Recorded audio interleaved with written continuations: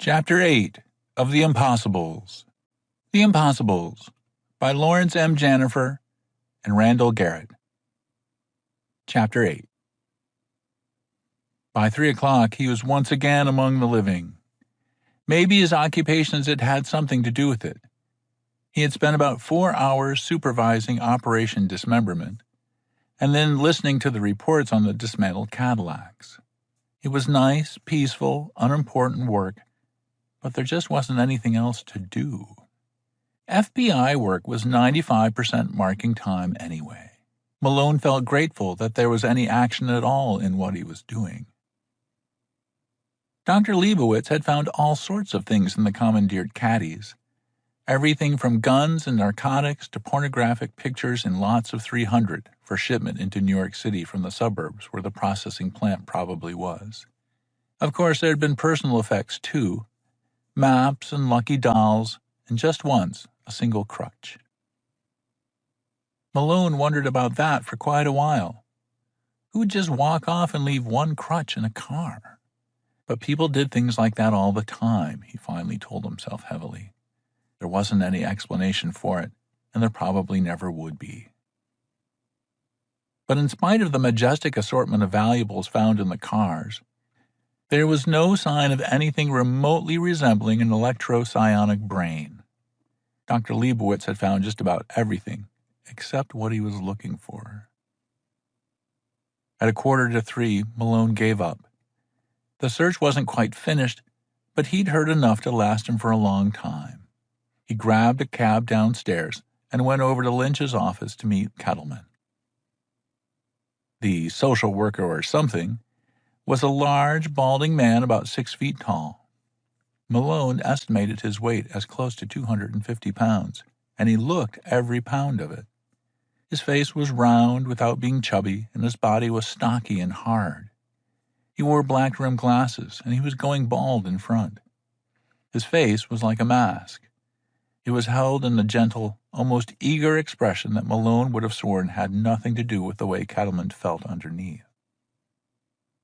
Lynch performed the introductions, escorted the two of them to one of the interrogation rooms at the rear of the station, and left them there with, "If either of you guys comes up with anything, let me know," for a parting shot. Kettleman blinked slowly behind his glasses. "Mr. Malone," he said, "I understand that the FBI is interested in one of the, adolescent social groups with which I work." "Well, the Silent Spooks," Malone said. "That's right." "The Spooks," Kettleman said. His voice was rather higher than Malone would have expected, oddly breathy without much depth to it. "My, yes. I did want to talk to somebody about it, and I thought you might be the man." "I'd be interested in anything you have to say," Malone said diplomatically. He was beginning to doubt whether he'd get any real information out of Kettleman, but it was impossible to tell. He sat back in a hard wooden chair and tried to look fascinated. "Well," Kettleman said tentatively, "the boys themselves have sort of a word for it. They'd say there was something oddball about the Spooks. Do you understand? Not just the fact that they never drink liquor, but something strange," Malone said. "Is that what you mean?" "Ah," Kettleman said. "Strange. Of course." He acted, Malone thought, as if he had never heard the word before and was both pleased and startled by its sound. "Perhaps I'd better explain my position a little more clearly," he said. "That will give you an idea of just where I fit into this picture." "Whatever you think is best," Malone said, resigning himself to a very dull hour. He tried to picture Kettleman in the midst of a gang of juvenile delinquents. It was very hard to do.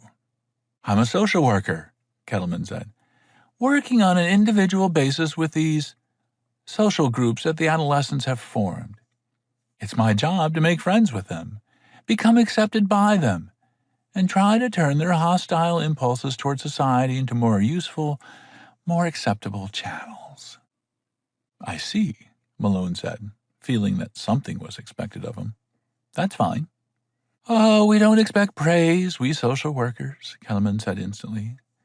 "The worth of a good job well done, that's enough for us." He smiled.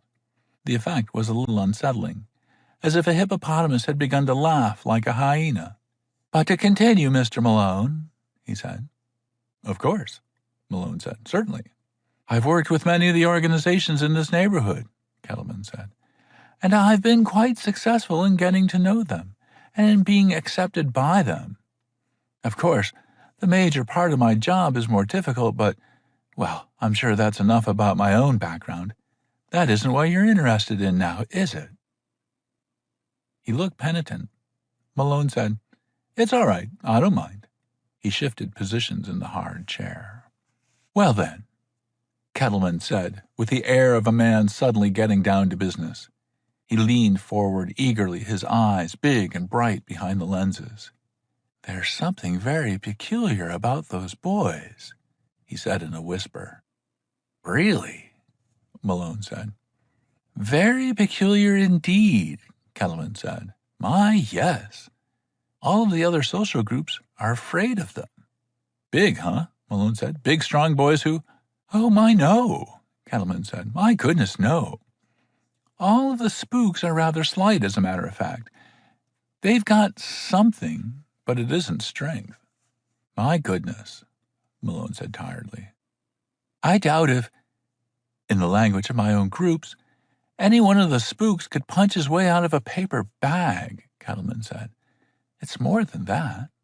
"Frankly," Malone said, "I'm inclined to agree with you.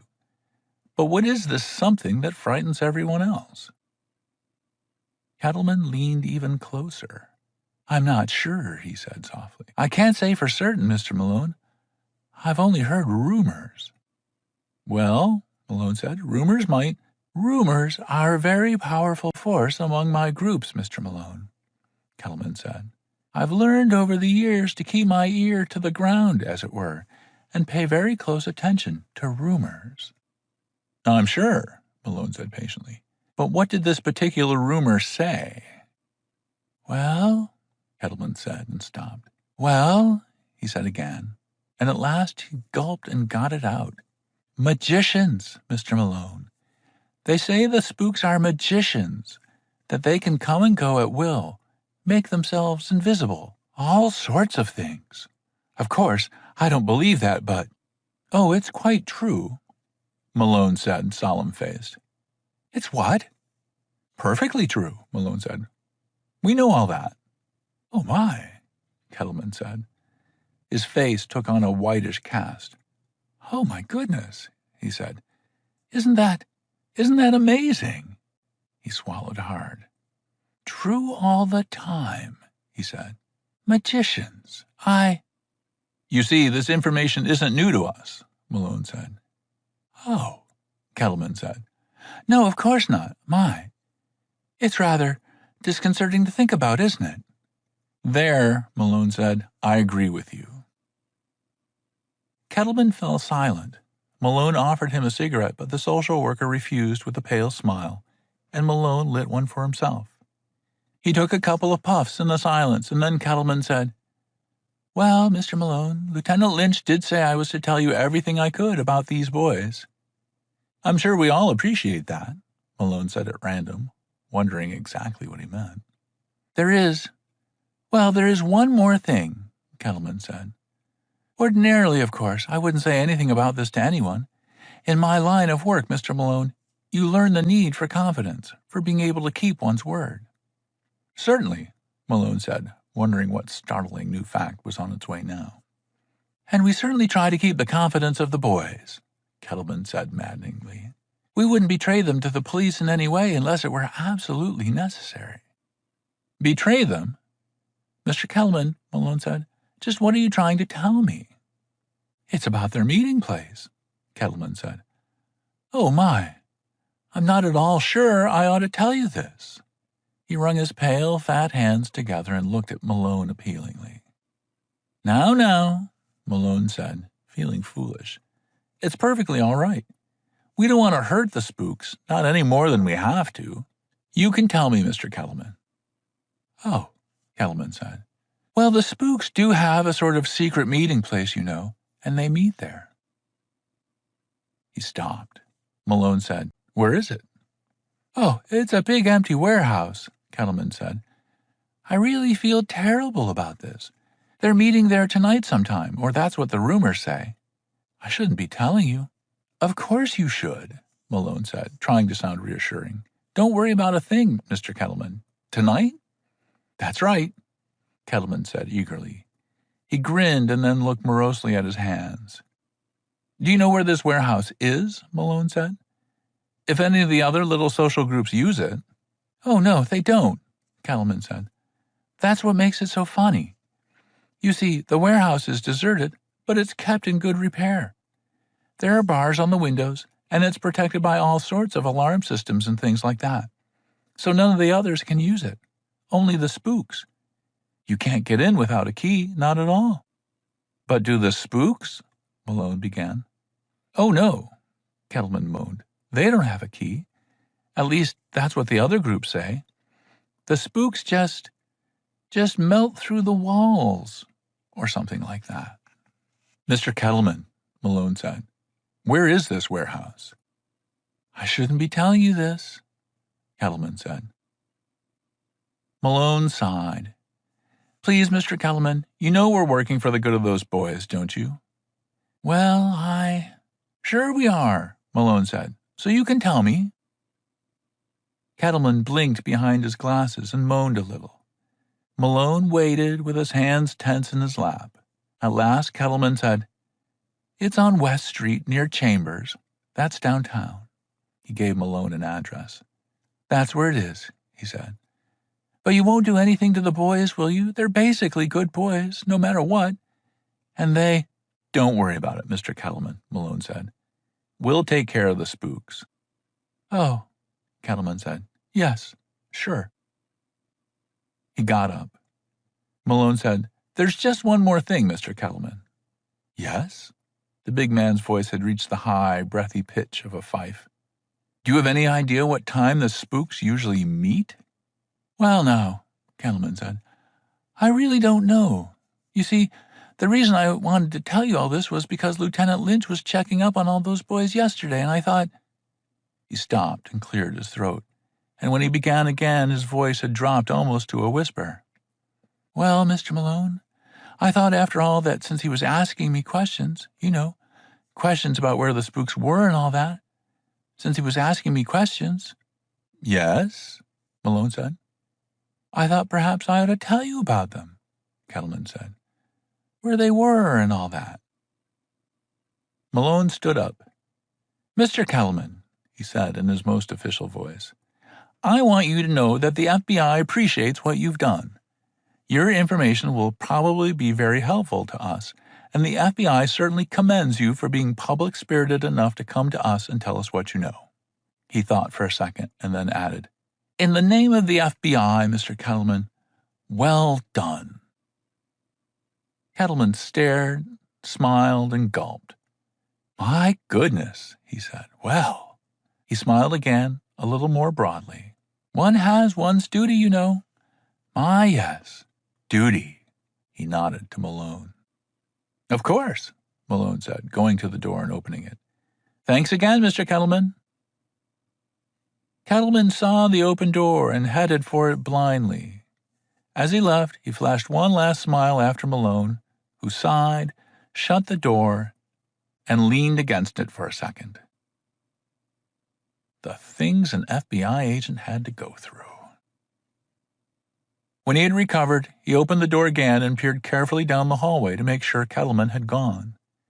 Then he left the interrogation room and went down the hall, past the desk sergeant, and up the stairs to Lieutenant Lynch's office. He was still breathing a little hard when he opened Lynch's door, and Lynch didn't seem to be expecting him at all. He was very busy with a veritable snow flurry of papers, and he looked as if he had been involved with them steadily ever since he had left Malone and Kettleman alone downstairs.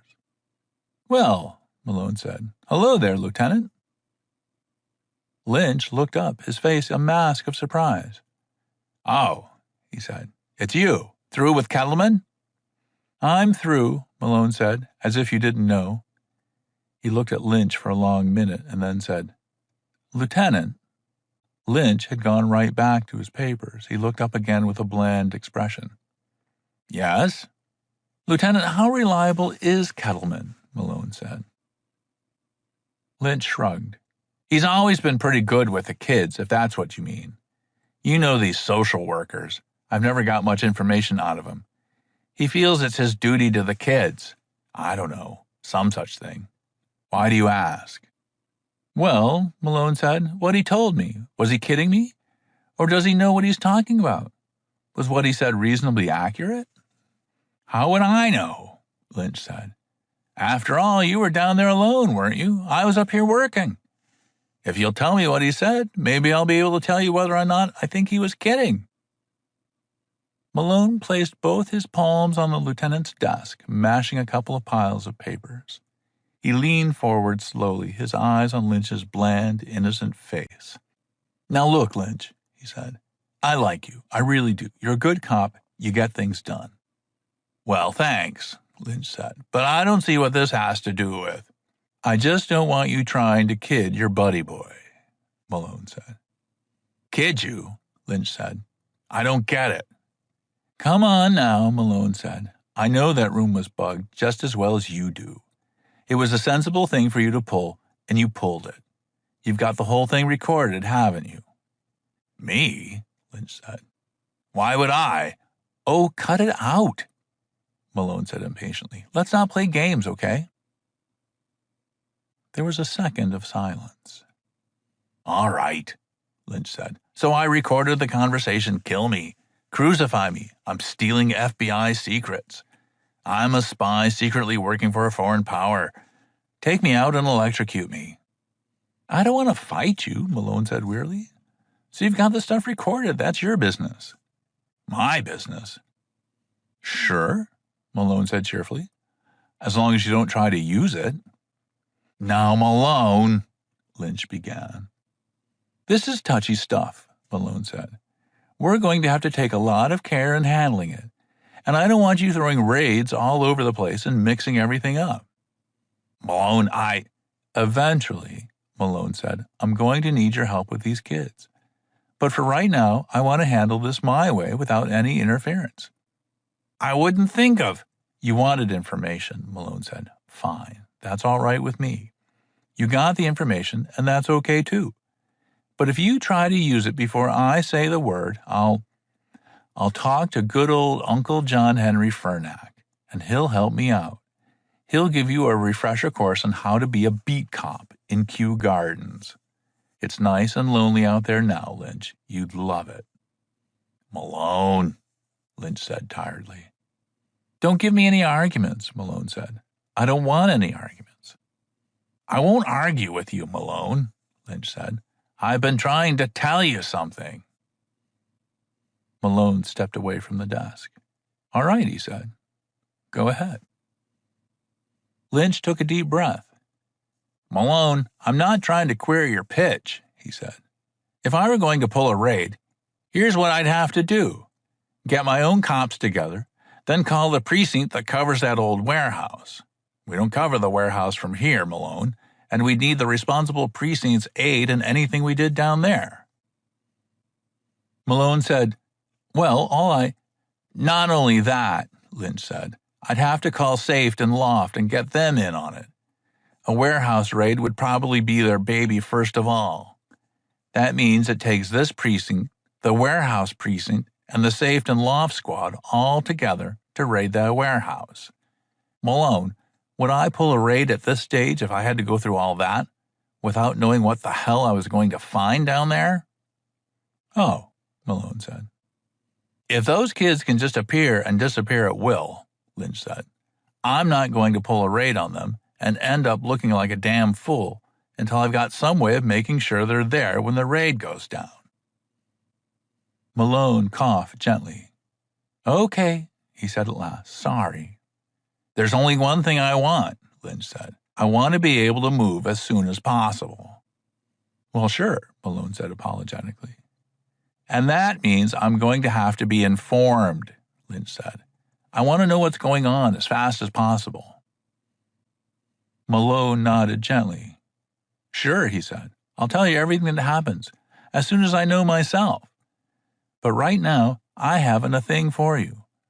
All I have is a kind of theory, and it's pretty screwy. He stopped. Lynch looked up at him. How screwy can it get? He said.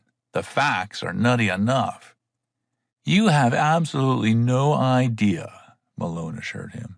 I'm not even saying another word about this, not until I prove it out one way or another. I'm not even thinking about it, not until it stops sounding so nutty to me. Okay, Malone, Lynch said. I can see a piece of it, if no more. The Fuego kid vanishes mysteriously. Never mind all that about you getting him out of the interrogation room by some kind of confidential method. There isn't any confidential method. I know that better than you do. I had to say something, didn't I? Malone asked apologetically. So the kid disappears, Lynch said, brushing Malone's question away with a wave of his hand. So now I hear all this stuff from Kettleman, and it begins to add up. The kids can disappear somehow and reappear someplace else. Walk through walls? He shrugged. How should I know? But they can sure as hell do something like it.